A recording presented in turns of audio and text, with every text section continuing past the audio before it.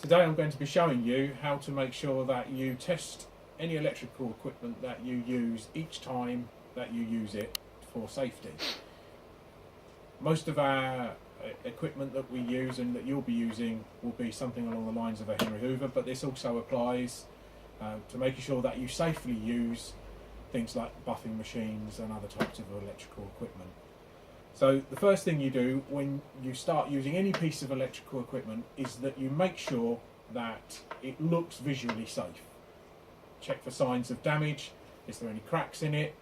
Is it wet? Has it been dropped down the stairs? You have to assume that even if you think you were the last person to use the Hoover or whatever it was, that somebody else has used it in the meantime and that they were an idiot and left it unsafe. That's the basis that you start from.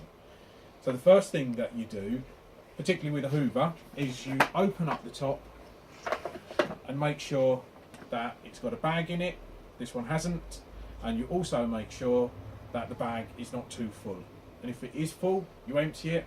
If someone has wrongly used the Hoover without a bag, then it's your job to empty out the dirt that's in it, put a bag in it, and then report that to us so that we can talk to the person that was using that before to make sure that they use a bag in future.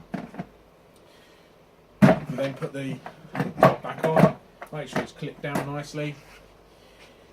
Now the next thing you do is you check the plug. Now you'll see that we've got two different types of plug.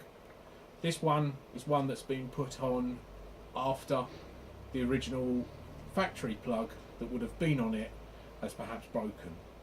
But whichever plug that you have on it, you check to make sure that it's nice and tight, that the pins aren't bent, that there's no wires showing as the cable comes away from the plug, and that the plug is sound, that there's no cracks or holes in it.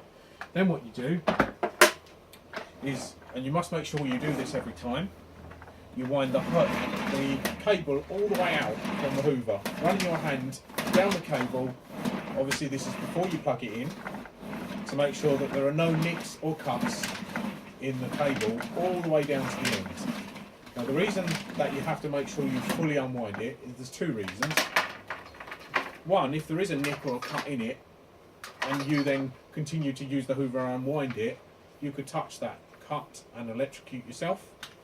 Also, as the Hoover warms up, if it overheats and the cable is wrapped around the inside, then what will actually happen is the cable can melt inside the Hoover, and we have seen this happen. So it's not just a story to scare you, it can happen. So make sure, even if you're just plugging the Hoover in and working a few feet away from it, make sure that you unwind the cable fully.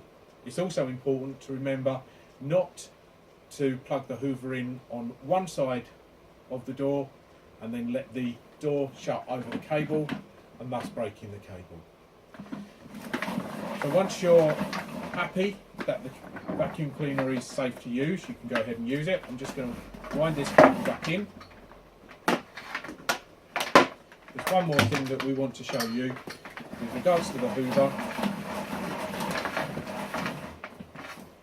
and that's to do with what happens if it gets blocked up.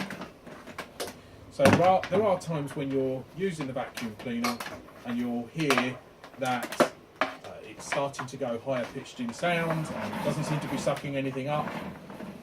You might have a look down the tubes and see that it's clear, and you might actually figure out that the blockage is in the hose, which is normally connected up here and sucking through this way.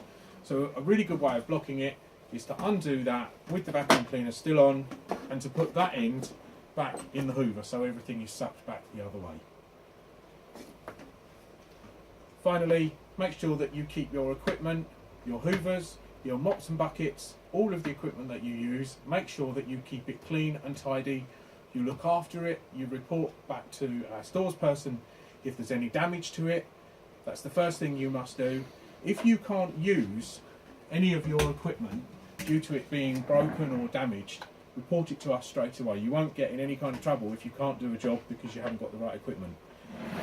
If you deduce that the Hoover is unsafe because there's a cut in the cable or any of the things that we've discussed up to this point, then it's your responsibility to make sure it's safe for anyone else to use. So what we ask you to do is tie a knot in the end of it, and then if you have access to a pair of scissors, cut the plug off.